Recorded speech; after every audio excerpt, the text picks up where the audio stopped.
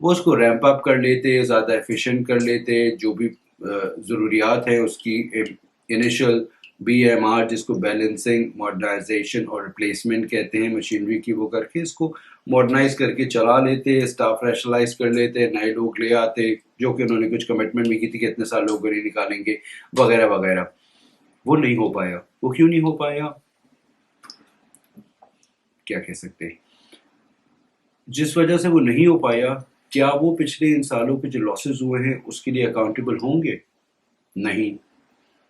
تو یہ میرا پہلے ایپیسوڈ میں جو میں نے آپ کو کہا تھا, ironically that is the problem and the issue with this decision making. آج کوئی آدمی حکومتی یا پھر اس کمپنی کے بورڈ پہ جو لوگ ہیں وہ کوئی ایسا ڈیسیژن اسٹیٹس کو کے علاوہ نہیں لے گا کہ اگلے 2, 5, 8, 10, 20, 50 سال بعد جا کے اس کو اس میں کسی ایسی چیز کا جواب دینا پڑے گا جس کا کوئی سوال بنتا ہی نہیں ہے. ویری انفارچونیٹ, بٹ ہم نے یہ ماضی میں دیکھا ہے. اس وجہ سے وقت پہ ڈیسیژن میکنگ نہیں ہو پاتی, اس وجہ سے یہ اینٹیز ہر سال لاس کرتی رہتی ہیں اور آپ اور ہم اس کو بھگتتے ہیں. بریک اپ کے بعد ایک آؤٹ اسٹینڈنگ ڈیٹ جو ہے کچھ کمپنیز کا, اسٹیٹ بینک کے فگرز کے حساب سے پبلک سیکٹر اینٹیز کا جو ٹوٹل ڈیٹ ہے, جو کہ زیادہ تر گورنمنٹ آف پاکستان کی گارنٹی کے بیکڈ ہوتا ہے, وہ 1.4 ٹریلین ہے مارچ 2022 میں, جون 2022 میں 1.3 ٹریلین, دسمبر 2022 1.47 ٹریلین, اور مارچ 2023 میں آج سے کوئی 3 مہینے پہلے آ کے یہ 1.59 ٹریلین ہو گیا ہے. دس از دا پبلک سیکٹر اینٹیز جو کہ ایس او ایز کے میں نے آپ سے ذکر کیا ہے, ان کا ڈیٹ ہے. ایئر آن گروتھ اس میں تقریباً اب کوئی 10% گرو ہو گیا ہے. وابڈا O G D C which is oil and gas development corporation, PIA اور اسٹیل مل اس میں سر فہرست ہیں. ان میں سب سے زیادہ جو ڈیٹ ہے 187 billion rupees, 182.7 billion rupees, my apologies, is Pakistan international airline corporation. یہ مارچ 2023 تک ہے. 182.7 بلین روپیز کا ڈیٹ ہے جو کہ انہوں نے دیا ہوا ہے. اس کے پیچھے گارنٹیز بھی اویلیبل ہے. اب ہم آ جائیں, جیسے میں نے آپ کو کہا تھا کہ ہم ایک پبلک سیکٹر اینٹی کو ذرا دیکھیں گے کہ ہے کیا. وہ ہے Pakistan international year lines. Glorious past, it had a beautiful past. آج سے 50-60 سال پہلے مینجمنٹ کے حوالے سے, انجینئرنگ کے حوالے سے, اسٹاف کے حوالے سے, آل ایریاز ور ٹاپ ناچ. جیکلین کینیڈی سے لے کے کون سے لوگوں نے ادھر ٹریول نہیں کیا ہے, جو روٹس جہاں پہ PIA جاتا تھا, as I said glorious past. But آج جو اس کا اشر ہو گیا ہے وہ آپ کے ہمارے سامنے ہی ہے. تقریباً کو پچھلے 6 سال 2022 تک کا لے کے ہم ایک اندازاً آپریٹنگ ریونیو دیکھ لیتے ہیں. 2017 میں 90 ارب, 2022 میں 172 ارب, لیکن آپریٹنگ لاس 2017 میں 35 ارب اور 2022 میں 11 ارب. آپریٹنگ لاس, صرف آپریٹنگ ایکسپینس جو آپ نے ریونیو کمایا اس میں سے بیسک خرچہ نکال کے 11 ارب روپے کا لاس کرتے ہیں.